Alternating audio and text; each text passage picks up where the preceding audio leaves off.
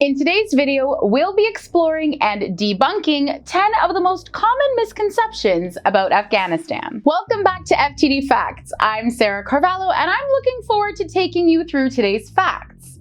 Now, thanks to global media outlets, we all know how easy it can be to hear, read, or watch content about groups of people or countries around the world. Oftentimes, this information is presented or shared as fact, when in reality it is based on misinformation and misconception.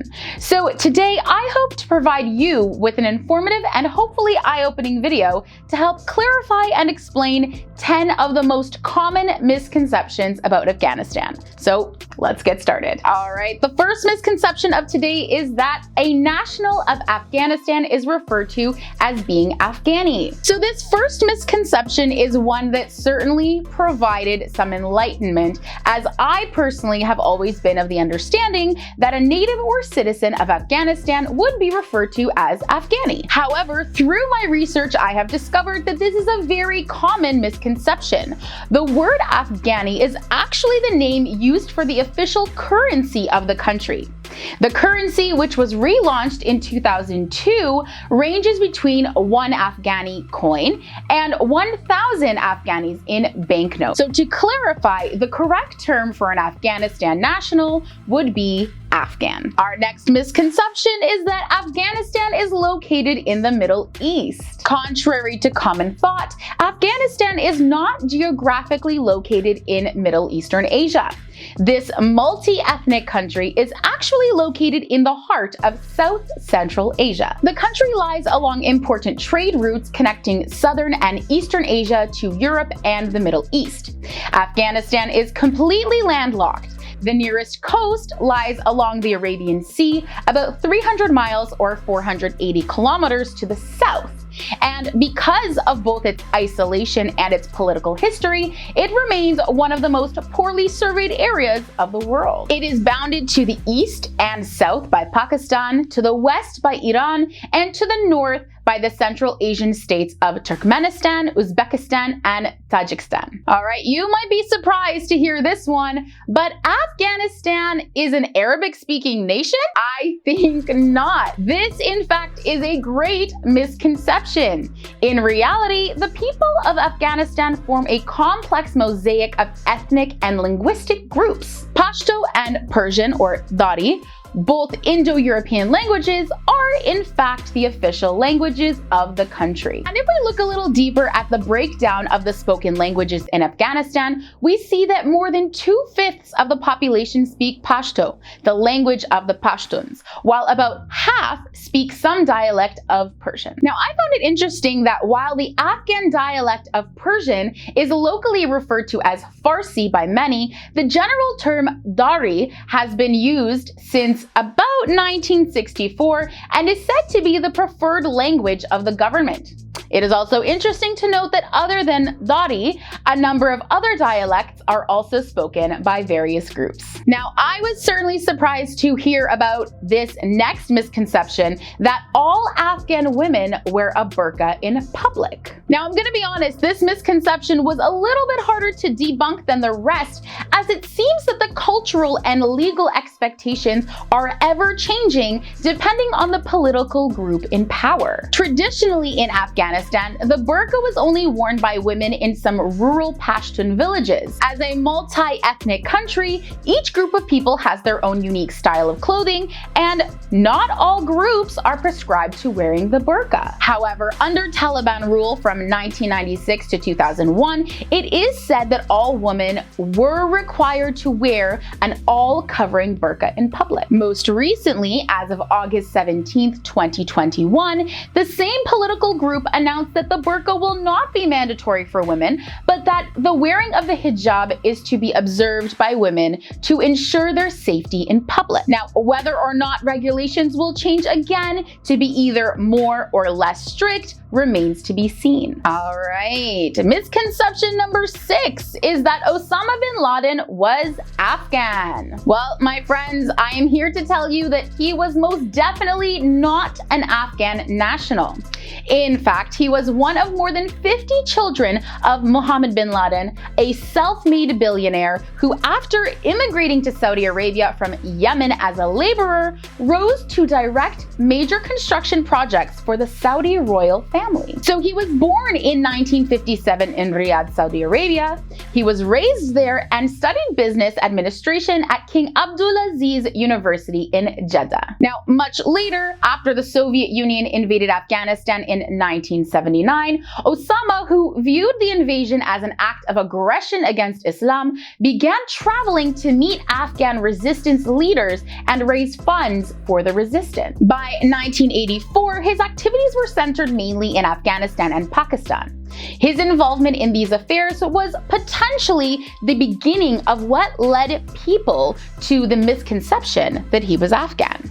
Interestingly, in 1994, Saudi Arabia revoked his citizenship and froze his assets, forcing him to rely on outside sources for funding. This was likely in part due to his training of Islamic militants to participate in conflicts around the world, which led him to being viewed by the Saudi government as a radical and potential threat. He then resided in Sudan, where he continued to develop his training program. However, in 1996, under heavy international pressure, Sudan expelled him and he returned to Afghanistan, where he received protection from its ruling Taliban militia. So now, while we know that he was definitely not an Afghan national, it was perhaps this welcoming and protection that he received which led to the popular misconception that he was an Afghan national. All right, our next misconception is that Afghanistan is a vast desert. So the idea that Afghanistan is one big desert cannot be farther from the truth.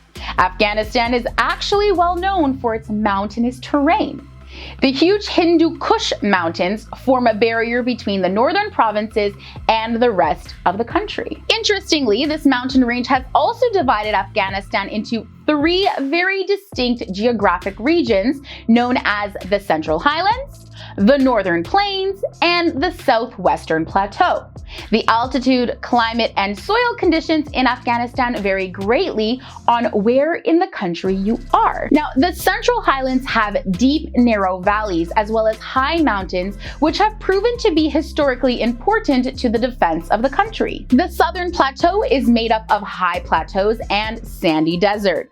The soil here is very infertile, except along the rivers in the southwest. This desolate region covers about 50,000 square miles and is crossed by several large rivers, including the Helmand. So as you can see, some of the country is covered in desert, but not all. And lastly, in the Northern Plains, it covers about 40,000 square miles of extremely fertile foothills and plains. A tremendous amount of the country's agriculture thrives here, and this region also possesses a vast amount of mineral deposits and natural gas. All right, next we're going to be talking about the weather. Afghanistan is an extremely hot country year-round. Or is it? Now, this is a common misconception that all countries with deserts must be extremely hot and dry climates all year round. However, this proves to be false. In general, Afghanistan has extremely cold winters and hot summers. While the mountain regions of the northeast have a subarctic climate with dry, cold winters, the mountainous areas on the border of Pakistan are influenced by the Indian monsoons, usually coming between July and September, and they bring maritime tropical air masses with humidity and rain. In addition, strong winds blow almost daily in the southwest during the summer. The weather in winter and early spring is strongly influenced by cold air masses from the north and the Atlantic low from the northwest. These two air masses bring snowfall and severe cold in the highlands and rain in the lower elevations. Temperatures also vary widely in Afghanistan. Daytime highs over 95 degrees Fahrenheit or 35 degrees Celsius occur in the drought-ridden southwestern Himalayan Plateau region. In Jalalabad, one of the hottest localities in the country, the highest temperature recorded was 120 Fahrenheit or 49 degrees Celsius. In the mountains, the temperature can drop below -15 degrees Celsius and -24 degrees Fahrenheit and 31 degrees Celsius was actually recorded at one point in Kabul. All right, this next misconception is a really important one that needs to be addressed. The misconception that Afghans are primarily guerrilla fighters waging war against themselves and others. This is unfortunately a preconception that ultimately displaces reality. Sadly, there is a tendency in the West to caricature the Afghan people as lawless tribes of men with beards and turbans who carry weapons. However, in reality, the vast majority of Afghans are not warlords, terrorists, or fanatics, as people in the Western world are led to believe. Instead, they are farmers, merchants, teachers, and students who have simply endured many years of civil war and drought. In fact, you might be surprised to know that a large number of Afghans have been forced to flee into Pakistan as refugees, where they live in camps near the border, waiting to go home. Of course, we know that there are political groups to blame for the control and policies enforced in most of the country's territory and institutions, but it would be wrong to say that they represent the majority of the population. Ultimately, this misconception is rooted in a stereotype that can be traced back to the frontier mythology of the British Empire, and it is completely rooted in colonial prejudice. And our next misconception is that Afghans all have dark skin, dark hair, and dark eyes. Now, once again, this is very much false. As a multi-ethnic country with heavy Indo-European influence, the people of Afghanistan are quite diverse. While in general, many nationals have fair to olive skin tones and may possess darker hair and eye color, there are also many who have very pale skin, lighter hair colors, and light eye color. And bringing us down to our last misconception of today, but perhaps the most important that needs to be addressed, is the misconception that all Afghans hate Americans. All right, let's be realistic here. It would be impossible and absolutely incorrect to argue that all, and I mean all, Afghans hate Americans. This is just as incorrect as someone saying that all Muslims are terrorists, which of course any sane-minded person would know to be completely untrue and an unjust assumption. At the end of the day, how any world citizen feels about another person or group of people is really up to the personal opinions, experiences, and level of awareness of each individual person. Now, I don't know about you, but I certainly hope that what we can learn from this grave misconception is that as a global community, we should never allow ourselves to generalize entire nations or groups of people based on biased misinformation or the heinous actions or beliefs of extremists. So that brings us to the end of today's video, debunking 10 misconceptions about Afghanistan. I hope you enjoyed the video and that it helped clear up a few things for you. I know I certainly feel a lot more informed and aware after this. And as always, we want to know what you think. Leave your comments down below. Are there any other misconceptions that you would have liked to see us address in this video or maybe in a future video? Leave your comments down below for us. And I know you enjoyed this video, so I've got other similar videos that you have to check out in the video description section, so click that link. All right, friends, that's all for today. Thanks for tuning in to FTD Facts with me for this video. Check back daily for new content posted just for you.